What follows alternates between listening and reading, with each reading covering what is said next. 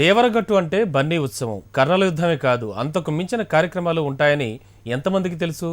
గొలుసులను తెంపే గురువయ్యలు, అంతరించిపోతోన్న బసివినీల భక్తి నృత్యాలు, మల్లేశ్వరుడి రథోత్సవం, దసరా వచ్చిందంటే చాలు దేవరగట్టు అంతా సందడి సందడిగా మారిపోతుంది. మరి ఆ విశేషాలంటూ మనం చూద్దాం.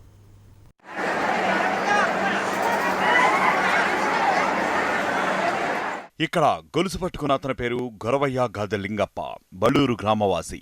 వీరంతా వంశపారంపర్యంగా దేవరగట్టు మాళమల్లేశ్వర స్వామికి సేవకులు.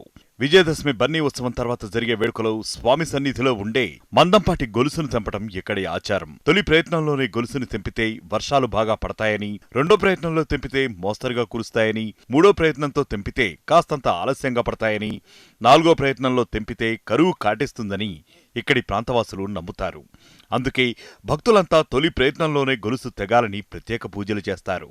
గొలుసు తెగిపోగానే భక్తుల ఆనందహేళతో దేవరగట్టు ప్రాంతమంతా మార్మోగుతుంది.